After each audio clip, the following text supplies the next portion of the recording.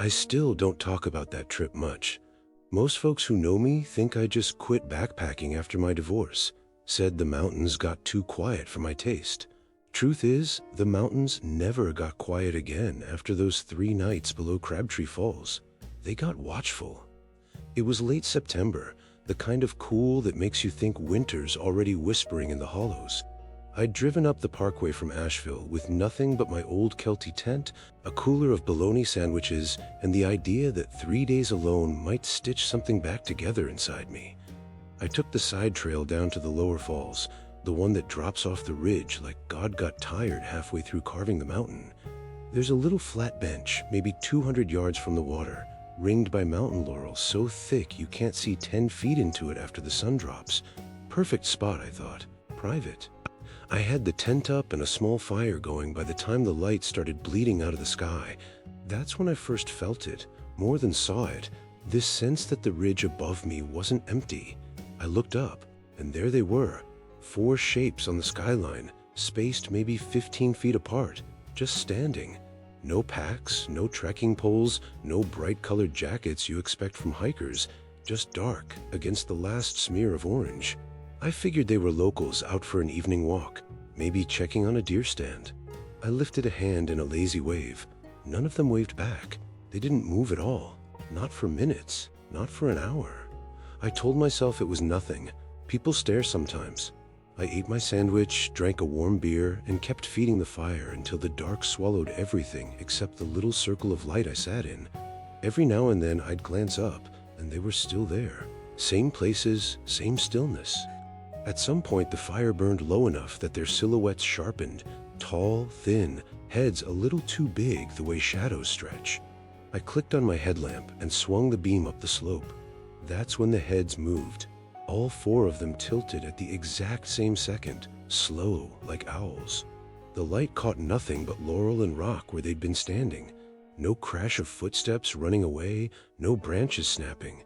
Just empty ridge and the smell of something musky riding the wind down to me. I laughed it off, nervous kind of laugh. Told myself they'd ducked when the light hit them. People don't like being blinded. I crawled into the tent early that night, zipped the door tight, and tried to read by the red glow of the headlamp so I wouldn't have to look outside. I woke before dawn to the sound of dragging, slow, heavy, like a body being pulled across leaves. My cooler was gone from beside the tent. I found it 30 yards up the slope, halfway to where those shapes had stood. Lid ripped clean off the hinges, bologna scattered, but every single packet had been torn open and licked bare. Not eaten, licked. The plastic was covered in pale, wet smears that caught the first gray light. I stood there in my sock feet, heart hammering, staring at those smears, and I knew whatever did it had hands, big ones. I should have packed out right then. Something in my gut screamed to do it, but the sun was coming up, and daylight makes fools of us all. I told myself a bear got curious, maybe a clever raccoon, anything but what my skin already knew. I dragged what was left of the cooler back down, buried the torn wrappers, and spent the day hiking hard, 10 miles out and back, just to burn the fear out of my legs. By the time I got back to camp, the sun was dropping again, and the ridge was empty. No silhouettes, no tracks I could find. I almost convinced myself the whole thing had been a trick of tired eyes. I built the fire bigger that night, ringed it with every stick I could find, and sat with my back to a tree so nothing could come up behind me.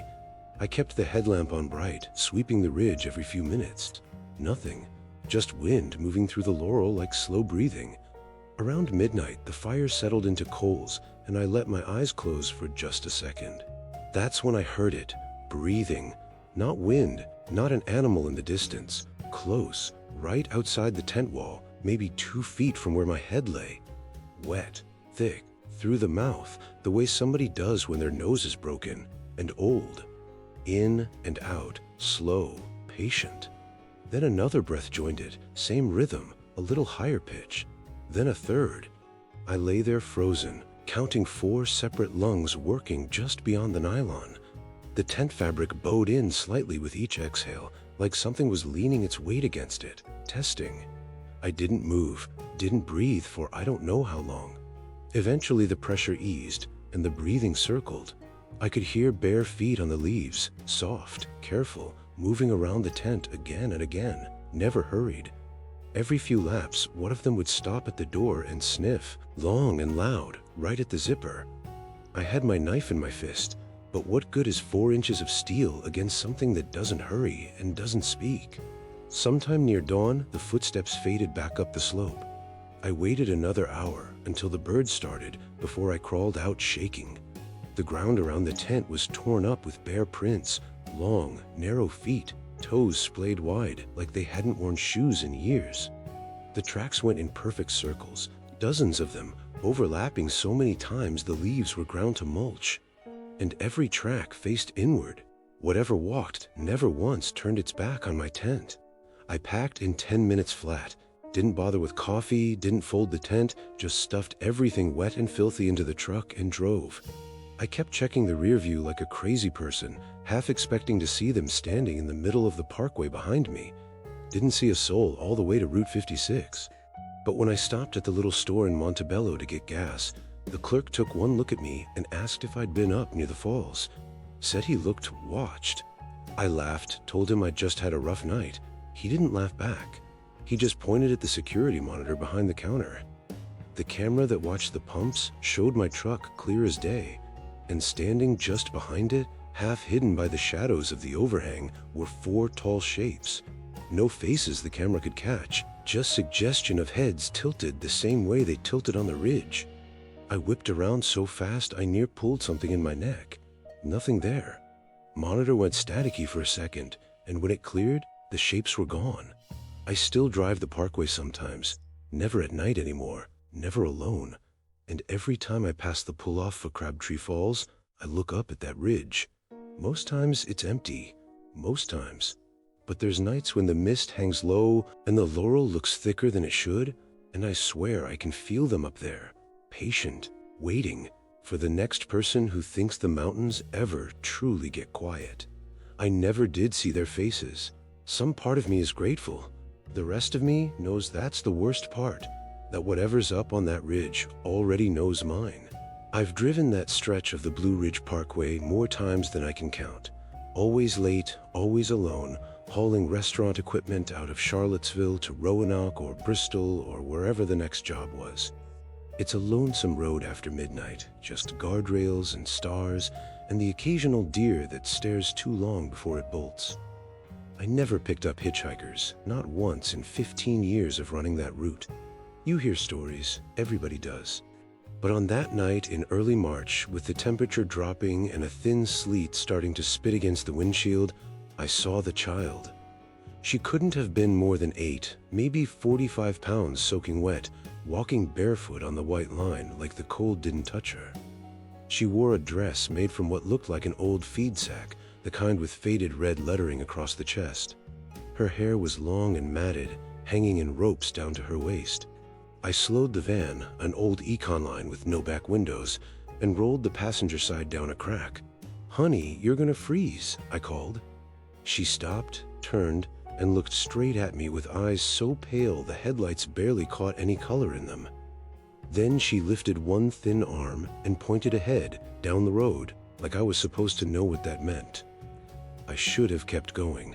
Every ounce of sense I had told me to keep going. But she was a child, and the next overlook was 20 miles, and I kept picturing my own daughter asleep back home in her warm bed. I leaned over and popped the door. "Come on, get in before you catch your death." She climbed up without a word, bringing the smell of wet earth and wood smoke with her.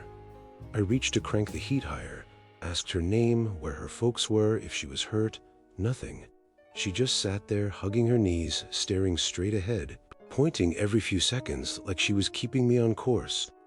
I radioed it in, told the dispatcher I had a lost kid, gave my mile marker near Afton. Static answered me. Happens up high sometimes. Figured I'd get her to the next ranger station at Humpback Rocks. I kept talking anyway, soft, the way you do with spooked animals. Told her about my daughter, how she liked the same purple coat this girl would probably like, how we'd get her warmed up and find her people. 10 miles slid by like that, just the hum of tires and the click-click of sleet turning to real snow. Then, so quiet I barely heard it, She spoke for the first time. "Turn here," she whispered, pointing not ahead, but to the right, where a break in the trees showed nothing but darkness. "There's no turn there. I know that stretch like the back of my hand.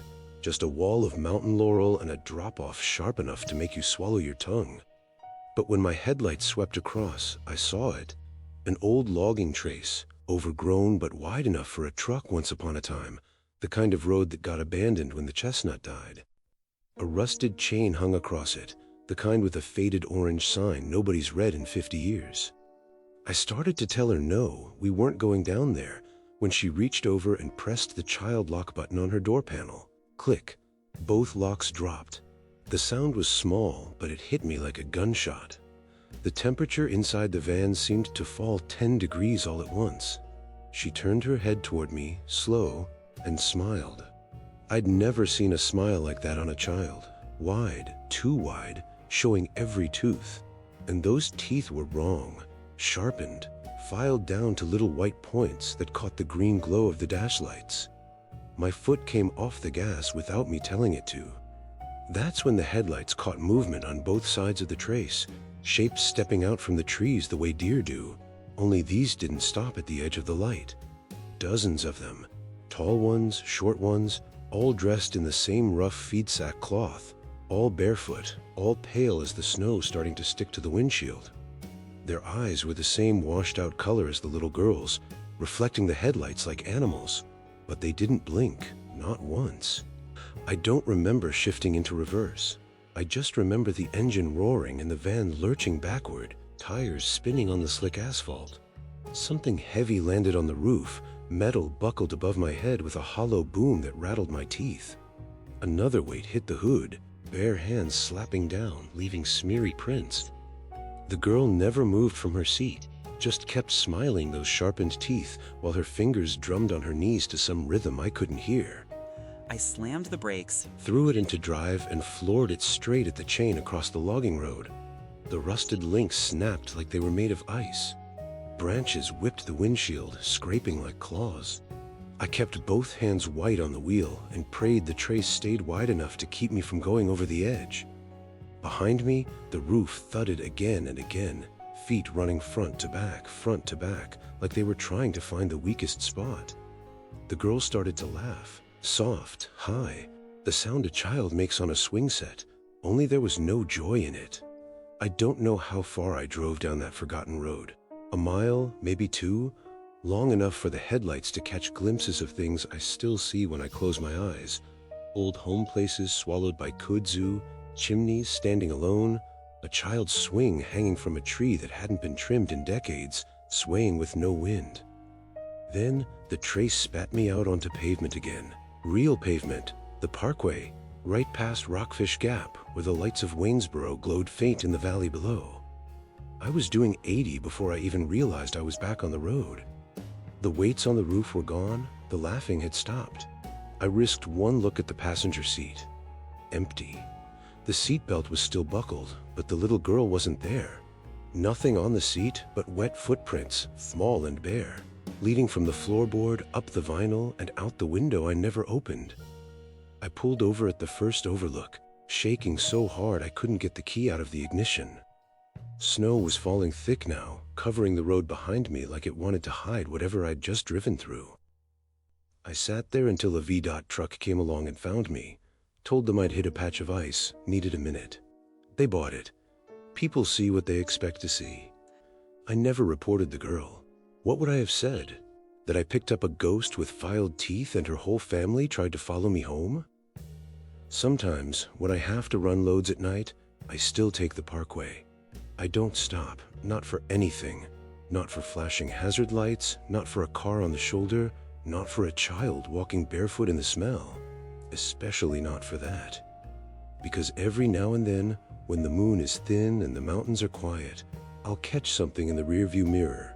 A small figure standing in the middle of the road behind me, getting smaller with every mile, but never quite disappearing. And she's always waving, slow, like she's reminding me I still owe her a ride the rest of the way home. We'd been planning that hike for 2 years, Ever since Jake and I got out of the service and realized the quiet we used to pray for in Kandahar felt different back home. Too heavy, too full of something we couldn't name. So we picked the hardest stretch we could find. 4 days from Elk Garden to Massey Gap across the Grayson Highlands, high balds and wild ponies, and wind that can peel the skin off your thoughts. Just us, our packs, and the promise that if we walked far enough, the mountains might let us forget for a while. First 2 days were perfect. Cold nights, bright days, the kind of tired that feels honest. We camped high, above the rodeo thickets, places where you can see 3 states if the haze lifts. Third night, we dropped into a little saddle near Wilburn Ridge, a spot the map calls Thomas Knob, but old-timers still call Queer Hollow for reasons nobody writes down. There was an old fire ring somebody built from river stones, flat ground, and a spring trickling a few yards off. We ate rehydrated chili, talked about nothing important, and turned in early because the wind was starting to bite. I woke once around 3, needed to piss, crawled out into moonlight so bright it felt wrong. The fire was dead, just gray ash. Something made me sweep the headlamp around the site before I went back in the tent. That's when I saw the tracks. Bare feet, long and narrow, pressed into the soft dirt like the ground had been wet when they were made. They started at the edge of the fire ring and went around it, perfect circles, one after another, overlapping so many times you couldn't count them. I followed the beam outward. The circles kept going, 20 yards, 30, looping through the grass and laurel like whoever walked never got dizzy, never slowed. I stood there long enough for my breath to fog the air and realized the tracks never once stepped inside the ring, not even close. They just traced the edge all night, patient as death. I woke Jake quiet, didn't want to yell and send whatever made them running. He looked, coughed soft under his breath, and we both stood there shining lights into the dark, waiting for eyes to shine back. Nothing, just wind and the smell of cold iron. We checked the prints again at first light. They were deeper than they should have been for how little we weighed with packs. Toes splayed wide, like feet that never knew shoes. Jake wanted to follow them out, see where they went. I didn't. We compromised. We packed fast, ate a cold breakfast, and started hiking south. 5 miles later, maybe 6, we came across another site somebody had used the night before. Tents still half up, door flapping, cookpot overturned with oatmeal hardened to concrete. Same fire ring, same circles, hundreds of barefoot prints ringing the cold lashes, pressed deep, overlapping. A backpack lay open, clothes scattered like whoever owned them left in a hurry and didn't care what they lost. Jake picked up a journal. Last entry dated the night before. They walk circles when the fire dies. Don't let the fire die. Nothing after that. We didn't talk much the rest of the morning, just walked. That afternoon, we climbed onto the balds where the ponies run, wide open and bright, no cover for anything bigger than a groundhog. Felt safe for a while. We even laughed about it. City boys spooked by some local kids pulling a prank. By dusk, we were back in the trees, looking for a spot to camp. Jake said we should make the biggest fire we could, show whatever it was we weren't afraid. I didn't argue. We gathered deadfall until our arms ached, built a blaze you could see from space. Sat up late feeding it, telling lies to keep each other awake. Around 2, the wood ran low. Wind shifted and came down off the ridge cold enough to make your teeth hurt. We let the flames drop to coals, too tired to haul more. I woke to Jake shaking me, his hand over my mouth. He just pointed at the tent door. Moonlight was pouring in through the mesh, bright enough to see the ground outside. The tracks were back, tighter this time, maybe 5 feet from the tent walls. Same bare feet, same perfect circles, but now there were more sets. 3, maybe 4 different sizes. They overlapped so much the grass was flattened to mud. Jake had his pistol out, a little .38 he carried ever since we got home. I told him not to shoot, didn't know why, just felt like noise would make it worse. We sat there till dawn, backs together, listening to nothing. No footsteps, no breathing, no rustle. Just the slow, patient walking we couldn't hear but could feel in our bones. Morning showed the circles closer still. Some of the prints cut right up to the rainfly, deep, like whoever made them leaned their weight while they looked in at us sleeping. We didn't bother with coffee, just broke camp and started walking, faster than we should on tired legs and little sleep. All day we leapfrogged from bald to laurel hell and back, trying to stay in the open. Every time we dropped into the trees, we'd find another abandoned site. Same story. Fire ring circled, gear left behind. No blood, no struggle, just gone. Fourth night found us above 5,000 feet on a knob the map calls Haw Orchard. Nothing but grass and sky and a view that makes you feel small. We were out of firewood and almost out of food. Jake said no fire tonight. Said maybe that's what they wanted. Maybe they only came when the light died. I didn't argue. We pitched the tent in the open, staked it against the wind, and crawled in with everything we had left. Headlamps, knives, the 38, and 2 protein bars we split like it was communion. Wind howled all night, 40, 50 miles an hour, easy. Kept waiting for it to cover any sound they might make. Around 3 it quit, sudden as a slammed door. Silence felt thicker than the dark. Jake clicked his headlamp on red, slow, and we looked out the door together. They were there, not tracks this time. People, maybe a dozen, standing just at the edge of the light, 30 yards off, barefoot in the grass. Men, women, a couple kids, all dressed in rough homespun gone gray with age. Faces thin, eyes big, reflecting the red glow like dogs. They didn't move, didn't speak, just stood in a half circle facing the tent, heads tilted the same angle, waiting. Jake raised the pistol. I put my hand on his arm and shook my head. Something told me bullets wouldn't matter. We sat like that till the sky went pale behind them. One by one, they turned and walked back into the grass, single file, no hurry. By the time the sun cleared the ridge, there was nothing left but the wind and the smell of crushed mint where they'd stood. We hiked out that morning without stopping, 22 miles to Fox Creek where my truck was parked. Never saw them again, never found another track. Rangers said they'd had reports of abandoned gear, but no missing persons, like people just walked off and kept walking. Jake won't talk about it now, says some things you carry alone. I still hike sometimes, but never more than a day trip, never without a fire. Never where the rhodo grows thick enough to hide what's watching. Some nights when the wind comes down off the mountains just right, I wake up smelling crushed grass and cold iron. I'll go to the window and look out at the yard, half expecting to see those circles pressed into the frost, waiting for the house lights to die. They never do.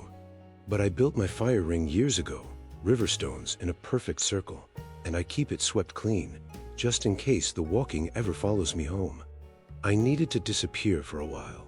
That's the only way I can explain why I rented that cabin in February, the off-season, when the Blue Ridge Parkway is half closed and the tourists are long gone. The listing called it Rustic 1940s Hunting Lodge, Blowing Rock Vicinity, and the price was so low I should have known better. The owner met me at the gate with the key, wouldn't come any farther than the gravel pull-off. He just pointed up the dirt track, said the heat worked most days, and told me to leave the rent money in the coffee can on the porch when I left. Something in his eyes looked relieved to see me go up alone. The cabin sat in a little dip off the parkway, ring of pines so thick the sun only hit the tin roof a couple hours a day. One room downstairs, sleeping loft, stone fireplace, and a single bulb that swung from a wire. First thing I did was build a fire big enough to chase the damp out. It had been empty a long time. Mouse nests in the corners, calendar on the wall still turned to October 1998. I told myself the quiet was exactly what I came for. That first night, the fire settled into coals, and I lay on the cot listening to the wind move through the eaves. Around 2, maybe 3, I heard the walking. Slow, deliberate steps under the floorboards, starting in the far corner and crossing the length of the room, pause, turn, cross back. Thump, thump, thump. Like a man pacing in boots, only softer, barefoot maybe. The cabin was built on pier and beam, no real foundation, just cinder blocks and a crawl space maybe 3 feet high. Nobody could stand down there. I sat up, heart already racing, and the pacing stopped the second the springs creaked. Dead quiet after that. I laughed at myself, blamed the wind pushing against the joists, and went back to sleep with the 38 under the pillow. Second night was colder. I kept the fire roaring and dragged the cot closer to the hearth. Same time, same pacing. Only this time it didn't stop when I moved. It kept going, steady, patient, back and forth under my head. I got up, turned on every light I had, and started pulling at floorboards. One near the kitchen corner came up easy, too easy, like it had been lifted before. I shined my flashlight into the dark and felt the air change. The crawlspace wasn't 3 feet. It was 5, maybe 6, dug out by hand, walls shored up with old locust posts. The beam caught dust thick as felt, and in it, handprints. Hundreds of them, climbing the beams, smeared across the underside of the floor. Some big, some small, all 5 fingers splayed wide, like whoever made them was feeling for weak spots. Deeper in, the light landed on a row of jelly jars lined up like preserves. Teeth inside. Milk teeth mostly, some adult incisors yellowed with age, floating in murky fluid that might have been moonshine once. Next to them sat a rag doll, burlap face charred where the eyes should have been, arms tied with twine so tight the seams had split. I dropped the plank back into place and sat on it all night with the pistol in my lap, listening to the pacing circle the room like a shark. Third day, I barely left the cabin, walked the perimeter looking for tracks, found none. The ground was frozen hard, pine needles thick as carpet. I told myself I'd leave at first light, pack my stuff, and never come back. But dusk came early behind the ridge, and the idea of driving those twisting roads in the dark felt worse than staying. I built the fire higher than ever, dragged the kitchen table against the door, and sat up in the loft with the ladder pulled up after me. The pacing started earlier that night, grew patient almost, faster. Then it stopped. Silence thicker than any sound I ever heard. I must have dozed, because the next thing I knew, the front door was creaking open on its own. Slow, like somebody on the other side was testing the weight. Cold poured in, killed the fire to embers in seconds. I heard the door close again, soft, and then footsteps on the boards above me. No, inside now. Bare feet, light but sure, crossing the room I'd just left. One set, then 2, then more. Moving chairs, scraping, arranging. I lay flat on the loft floor, cheek against the wood, and watched through the gaps as shadows passed under the single bulb. Small shadows, tall shadows, all quiet as ghosts. They were arranging the furniture, pulling every chair into the middle of the room, turning them to face the spot where my cot still sat by the fireplace. I don't know how long I stayed up there. Hours. The cold crept into my bones until I couldn't feel my fingers around the pistol. Eventually, I couldn't stand it anymore. I lowered the ladder as quiet as I could, climbed down, and crawled under the cabin through the same loose plank. The dirt was colder than any grave. I curled against a foundation post, breathing through my coat sleeve to keep the frost from my lungs, and listened to them walk the floor above me all night. Back and forth, sometimes stopping right over my head, standing still so long I thought they'd heard me. Once, something small scratched at the boards inches from my face, slow, testing, like a child looking for the loose spot. When the first gray light finally leaked through the cracks, the walking stopped. I waited another hour, maybe 2, then crawled out shaking so hard I could barely stand. The chairs were in a perfect circle, every one facing the cot. My blanket was folded neat in the middle, the indentations still warm where I'd lain 2 nights before. The jelly jars were gone, so was the doll. The only thing left was a single milk tooth on my pillow, still wet. I left the rent money in the coffee can like the owner asked, plus everything in my wallet. Drove down the mountain doing Mindy on ice, didn't stop till I hit Charlotte. Never went back, never answered when the listing popped up again the next year. Same low price. But sometimes, when I'm alone in the house and the floor creaks just right, I catch myself listening for pacing that isn't mine. And every February, no matter where I am, I wake up with the taste of dirt in my mouth and the feeling of small fingers scratching overhead, looking for the loose board. I used to fish the Linville Gorge the way some men go to church. When the world got too loud, I'd drive up from Morganton after graveyard shift, park at the overlook above the river, and hike down the steep trails with nothing but a headlamp, a spinning rod, and a thermos of coffee gone cold hours ago. There's a spot halfway down the west rim where a rock shelf juts out over the water like a balcony, deep pool below it that holds brown trout the size of your forearm. Most people won't fish it at night. Too many ways to die between the trail and the river, loose scree, copperheads, the drop itself. But the dark was where I felt safest, where nobody asked questions I didn't want to answer. It was late October 2009. The leaves had already fallen up top, but down in the gorge they still clung red and gold to the rhodo thickets, rattling like bones when the wind came down the cliffs. I'd been fishing maybe 2 hours, had 2 nice trout on the stringer, when the mist started rolling in thick enough to swallow the beam of my headlamp. I was thinking about climbing out when I heard the footsteps above me on the trail. Slow, deliberate, not trying to be quiet. I figured another fisherman, maybe somebody local who knew the spot. I called up, "Water's good tonight?" Friendly-like, the way you do when you don't want company but don't want trouble either. The footsteps stopped, then started again, coming down the switchback toward me. I shined the headlamp up the trail, and that's when he stepped out of the laurel. Tall man, maybe 6'4", wearing an old canvas coat gone gray with age and a wool cap pulled low. His hands hung loose at his sides, long fingers, knuckles big as hickory nuts. He stopped 10 feet away and just stood there. I couldn't see his face under the bill of the cap, just shadow. But something felt wrong about the way he held his head, too still. "Truck won't start," he said, voice flat, like he was reading from a card he didn't believe in. "Need a jump." I told him I didn't have cables, which was true, and that the nearest road was 2 hours straight up. He didn't move, didn't nod, just repeated it slower. "Need a jump." Then he took 1 step closer, and the headlamp finally caught his face. There wasn't one. Where eyes and nose and mouth should have been was just skin, smooth, pale, stretched tight like a drum.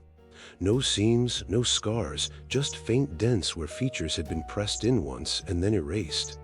The cap sat on a head that looked molded instead of grown.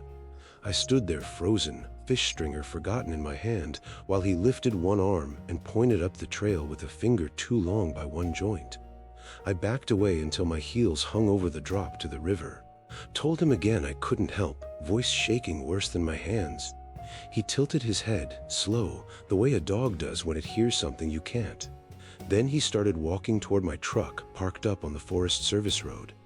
I had no choice but to follow, because the trail out only goes one way, and he was on it. The hike up took forever. Mist turned to fog, thick enough to choke on. Every few steps I'd hear him ahead of me, canvas coat brushing leaves, but when I swung the headlamp, there was nothing but empty trail. I kept climbing, lungs burning, telling myself I'd get to the truck, lock the doors, and drive till I hit pavement. When I finally broke out of the trees, the Tacoma sat alone under the pull-off light, windows already fogged from the damp. He was waiting beside the driver's door. I don't know how he got ahead of me. The trail doesn't fork. But there he stood, same smooth blank face turned my way, one hand raised. Then he knocked on the window. Not hard, just tap, tap, tap. Knuckles hitting glass like river stones clicking together underwater. I circled wide, he shaking so bad I dropped it twice. Got the door open, slid inside, slammed it shut, and hit the locks. He didn't try the handle, just walked slow around the truck, tapping each window in turn. Same rhythm, same 3 beats. Tap, tap, tap. Around and around for 20 minutes, maybe more. I sat in the dark so he wouldn't see me move, breathing through my mouth so the windows wouldn't fog worse. My phone was a piece of junk back then, no signal most places in the gorge. I held it up anyway, praying. 1 bar flickered, disappeared, came back. I hit the headlight. The beams cut straight through where his head should have been. No shadow on the ground, no shape blocking the light, just empty air. Above the coat, between one heartbeat and the next, he was gone. No footsteps running, no rustle, nothing, just the fog and the smell of wet leaves. I started the truck and got out of there fast, tires spinning on the gravel. Halfway up the gorge road, the knocking started again, coming from underneath the chassis. Same rhythm, tap, tap, tap. Like something hanging onto the frame, riding with me. I pulled over twice, found the light underneath, saw nothing but oil pan and pine noodles. Knocking stopped the second the beam hit the undercarriage, started again the moment I got back inside. It followed me all the way to the pavement at Philadelphia Memorial Highway. 27 miles of switchbacks and drop-offs, knocking every time I slowed down, silent when I floored it. When I finally hit 221 and the streetlights of Marion, it quit for good. I sold the truck a month later, told the buyer it had a loose heat shield, never fished the gorge at night again. But some nights when the fog rolls in thick and the river's loud outside my window, I still hear it. 3 taps on the bedroom window, patient, waiting for me to open up and give the jump he never got. And sometimes, when I work up the nerve to look, there's just the fog pressing against the glass, smooth and featureless, shaped almost like a face that gave up trying to be one a long time ago. I still have the journal, not the real one. Search and Rescue kept that after they closed the case. I have a photocopy they let me make before they sealed the file. The pages are worn soft now from how many times I've opened them, looking for something I missed, some line that would explain why Emily never came off the mountain. Most folks think she just fell. That McAfee knob eats a hiker every few years, and nobody ever finds the body when the roto's thick. But I know better. I met the woman who took her name. It was early June 2017. Emily had been planning the hike for months, 4 days from Dragon's Tooth to McAfee Knob and back out at Catawba. She was strong, careful, the kind of person who triple-checked her gear and left a detailed itinerary taped to my fridge. When she didn't call from the shelter the second night, I tried not to worry. Cell service is a joke up there. But the third morning came and went, and by the fourth, I was driving the parkway with her photo in my hand and a sick feeling growing in my gut.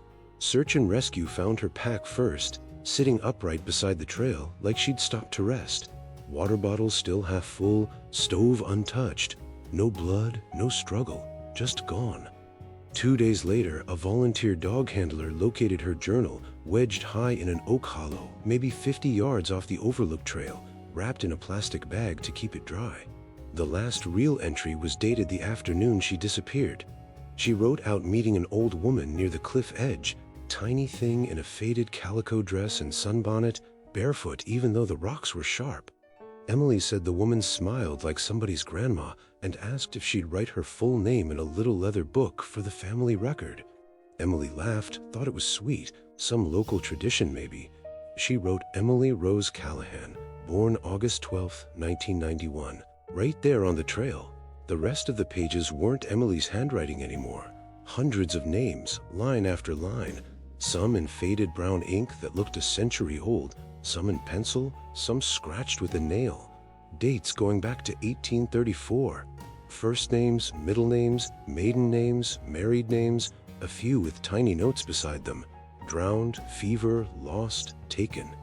Emily's name was last, written in her own neat cursive, the ink still dark and fresh. They never found her body. I hiked in myself the week after they called off the search. Told the rangers I needed closure, but really I needed to see the place where my sister's name got added to that book. I followed her route exactly, camped where she camped, sat on the same rock outcrop at McAfee where the view drops straight down into the valley. That first night, the wind came up cold, and I built a small fire, more for light than warmth. Around midnight, I heard footsteps on the trail, soft like bare feet on pine needles. I figured another hiker, called out that the site was open. The footsteps stopped. She stepped into the firelight slow, same calico dress, same sunbonnet pulled low. The face under it was small and wrinkled, but the eyes were wrong, too large, too bright, like a child set in an old woman's skin. She carried the leather book against her chest with both arms, hugging it the way my grandmother used to hold her Bible. "Evening," she said, voice soft as creek water. "Traveling far?" I told her I was looking for someone, held up Emily's picture. The woman tilted her head, studied it a long time, then smiled with small, even teeth. She opened the book, licked the tip of a pencil stub, and waited. I felt it then, the same pull Emily must have felt, like the air around her was thicker, warmer, safer than anywhere else on the mountain. My mouth opened before my brain caught up. I almost said it, almost gave her the name my mother whispered over me the day I was born. Instead, I asked what the book was for. "For keeping," she said. "Folks come and folks go, but names stay. Once a name's wrote down proper, it don't never leave the mountain." She tapped the page with the pencil. "Your sister's already home. She just forgot to tell you goodbye." I backed away until the fire was between us, asked if she hurt Emily. The woman looked puzzled, like I'd asked if rain was wet. "Hurt?" She shook her head. "No hurtin' here, just keepin'." Then she asked again, gentle, "What's your name, child?" I lied, told her my name was Michael, the one I never use. The smile left her face all at once. The fire dimmed like someone turned down a dial. She closed the book slow and tucked the pencil behind her ear. "Lion's rude," she said, voice flat. "We'll try again tomorrow." She walked backward into the dark, never turning, until the trees took her. I didn't sleep, packed out before dawn and drove straight to the ranger station. Told them everything. They looked at me like I was cracked, said there'd never been reports of an old woman on that trail, not once in 40 years. 2 weeks later, a through hiker came stumbling into the shelter at Catawba with his tent shredded and every piece of ID gone. Driver's license, credit cards, even the name tag sewn inside his rain jacket. He'd met the same woman, same question. He refused to give his name, spent the night zipped in his tent with his knife out. Woke to find the fly cut open in a perfect circle above his head and his wallet empty. Nothing else taken, just anything that said who he was. I still hike McAfee sometimes, always in the daylight now, always with a different name tag sewn into my pack. I leave early before the mist burns off, and I never speak to anyone I meet on the trail. But every trip, I stop at that same oak and reach into the hollow. The journal's never there anymore, but there's always a fresh pencil stub wedged in the bark, sharpened to a point, waiting. And some evenings, when the sun drops behind Tinker Mountain and the crows start calling from the cliffs, I swear I can hear pages turning in the wind. Hundreds of them, thousands maybe, all those names the mountain decided to keep. I wonder how many are people who never made it home, and how long it takes before someone notices you're only a name on a list nobody living ever reads. I still haven't said my real one out loud up there, but some nights I wake with the taste of graphite on my tongue and the feeling that something very old and very patient is still waiting for me to finish writing it down. We were 16 kids and 2 adults crammed into a 15-passenger van that smelled like pizza rolls and teenage sweat. It was the last night of Fall Retreat 2014, up at some church camp outside Bedford. We'd sung ourselves hoarse, played Capture the Flag until the field lights went out, and listened to the youth pastor tell us Jesus would meet us on the mountaintop. By the time we loaded up to head home, it was past 11, cold for November, and the Blue Ridge Parkway was empty except for us and the moon. The van made it maybe 10 miles south of Roanoke before it started coughing. Pastor Dave eased onto the shoulder near the Thunder Ridge overlook, killed the engine, and told us to stay put while he walked to the next call box. He took the only flashlight and promised he'd be back in 30 minutes. 30 turned into 60. The heater died with the engine, and the windows fogged so thick we had to keep wiping circles to see out. Somebody started telling ghost stories to pass the time, the usual stuff, Hook Man, Bloody Mary, but nobody was really listening. We were tired, ready to be home. That's when the singing started. It came from the woods east of the van, down the slope toward the James River face. Old shape note hymns, the kind my granny used to hum while snapping beans. Sacred harp stuff, high and lonesome, voices climbing over each other in minor keys. Except there were too many singers, and every voice sounded young, higher than any adult choir I'd ever heard. No instruments, just human voices layered so thick they felt like a wall of sound pressing against the van. We rolled the windows down an inch to hear better, because it was beautiful at first, haunting but beautiful. Then the lanterns appeared. They rose out of the darkness one by one, little yellow dots moving between the trunks, bobbing at the height you'd expect if people were carrying them. Dozens at first, then more, until the hillside looked like a field of slow-moving fireflies. They stayed in a loose line, winding uphill toward the parkway, never hurried, never straying from the path. We couldn't see bodies, just the lights, and the singing growing louder, closer, until the voices felt like they were inside the van with us. Someone started praying out loud. Someone else started crying.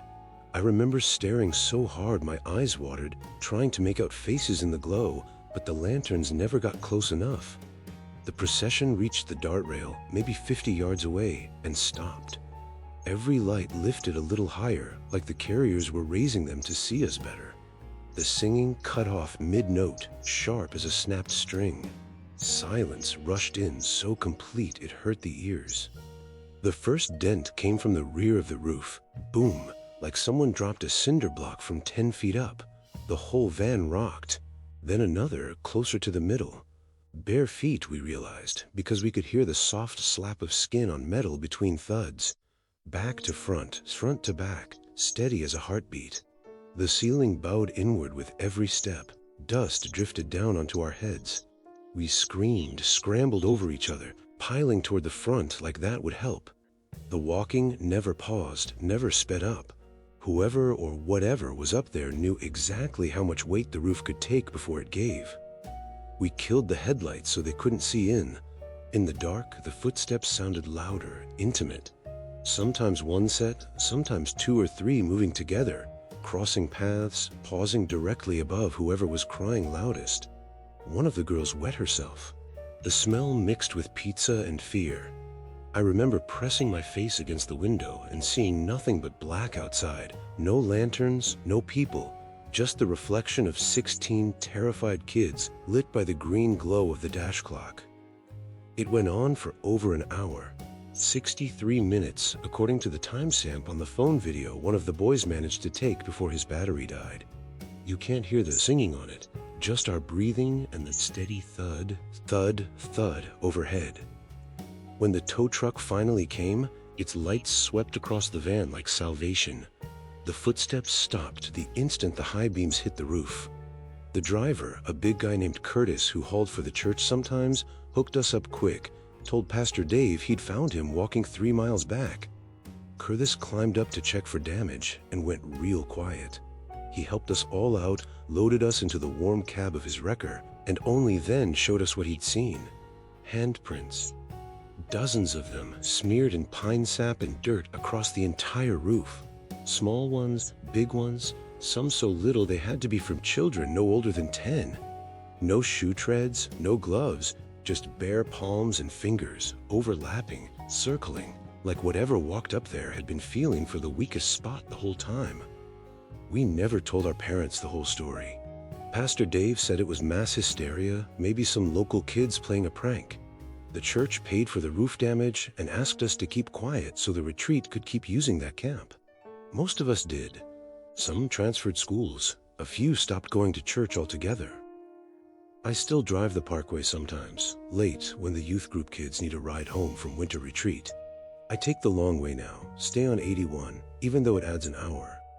But every November, around the anniversary, my phone buzzes with a text from an unknown number. No words, just a 30-second audio clip. Shape note singing, thin and high, dozens of young voices rising together in the dark. If I play it in the car at night, the dome light flickers once, like something every just settled on the roof. I never play it twice. I never believed in hates until the night I took the shortcut through the old cemetery on Skyline Drive. It was late October 2011, the kind of cold that sneaks under your collar and stays there. I'd been up at Big Meadows doing night photography, chasing the Milky Way with a borrowed camera that cost more than my truck. The plan was to shoot till the battery died, then drive home to Staunton before dawn. But the fog rolled in thick around 1, swallowing the stars and turning the meadows into a gray sea. I packed up early, tired and cranky, and when I saw the little pull-off near milepost 60 with the footpath cutting down through the woods, I remembered the old family graveyard locals call the Compton plot.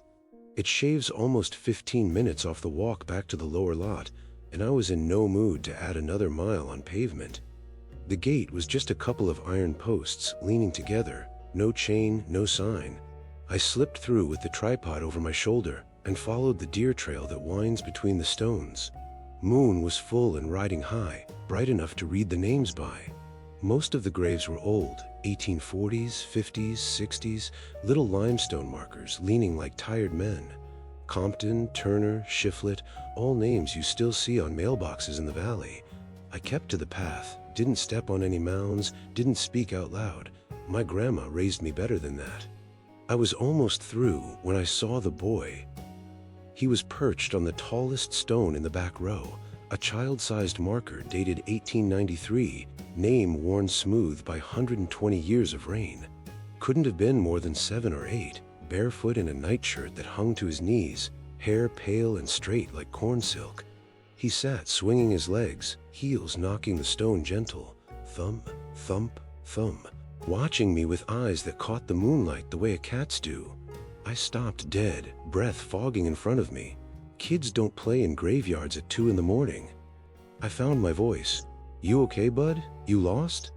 He tilted his head, slow, and smiled the way children do when they know a secret you don't. "Have you seen my mama?" His voice was soft, mountain soft, vowels round and drawn out. I told him no, I hadn't, that he shouldn't be out here alone. Asked where he lived. He just pointed past me toward the dark wall of trees on the downhill side. "She's still walking," he said, like that explained everything. Then he went back to swinging his legs, thump, thump, thump, watching me like he had all the time in the world. I backed away, told him to stay put, that I'd get help. I don't know why I didn't go to him. Something in the way he sat so calm on that stone, like he belonged there more than I did. I turned and walked fast, didn't run, didn't want to scare him, but my skin was crawling by the time I hit the tree line. When I looked over my shoulder, he was still sitting, still swinging, still smiling. The trail dumped me out at the lower parking lot where my truck sat alone under the sodium light. I threw the tripod in the back, climbed in, and cranked the engine with shaking hands. I just wanted pavement under me and miles between me and that little graveyard. Skyline Drive twists like a snake with a broken back, all blind curves and drop-offs. I took them faster than I should have, fog swirling in the headlights, radio off because static felt safer than silence. That's when I saw him in the rearview mirror. He was standing in the middle of the road, maybe 50 yards behind me, barefoot on the asphalt, nightshirt glowing white in the taillights. Same boy, same calm face. I slammed the brakes, tires howling, and whipped around in the seat. Nothing there, just fog and empty pavement. I laughed, shaky, told myself the moonlight was playing tricks, that grief and exhaustion make you see things. My own mama had died the year before. Maybe my mind was filling in shapes it wanted to see. I drove on. 5 miles later, another curve, another glance in the mirror. There he was again. Farther back now, small as a doll in the red glow of the taillights, but unmistakable, standing still, watching. I didn't stop this time, just pressed the pedal harder and tried to outrun the reflection. Every turn, every straight stretch, I'd feel my eyes pulled to the mirror, and there he'd be, always the same distance behind, no matter how fast I went, always barefoot in the road, always getting smaller, but never disappearing. 20 miles of that. 20 miles of my own breathing loud in my ears and the taste of copper in my mouth. I passed the last overlook before Front Royal, fog so thick I couldn't see 10 feet past the hood, and I finally broke. I jerked the wheel onto the shoulder, killed the engine, and got out screaming at the empty road, told him to leave me alone, asked what he wanted, begged him to go back to his mama. My voice echoed off the rock cuts and came back thinner, like the mountain was laughing with my own mouth. When the echoes died, the road was empty. Fog curled lazy across the asphalt, no footprints, no child, nothing. I stood there shaking until the cold soaked through my jacket, then climbed back in, hands numb on the wheel. I didn't look in the mirror again until I pulled into my driveway in Staunton, just as the sky started going gray. When I did, the boy was gone. I let out a breath I'd been holding for 40 miles and almost cried from relief. Then I saw the handprint. Small, perfect, 5 fingers and a palm pressed into the fog on the inside of the back passenger window, too high up for any child to reach from the ground. The print faced forward, like he'd stood in the bed of the truck the whole way home, looking over my shoulder. I haven't driven Skyline Drive at night since. I sold the truck 6 months later and never told the buyer why the back window wouldn't stay clean no matter how many times I wiped it. Some mornings, when the fog sits heavy in the valley, I'll walk out to get the paper and find a single small barefoot print in the dew on my windshield, always on the passenger side, always pointing toward the mountains. They fade by noon, but I know what direction they're facing. And sometimes, when the moon is full and the house is quiet, I wake to the faintest sound. Thump, thump, thump. Like a child swinging his legs on a stone that isn't there, waiting for me to remember the way home.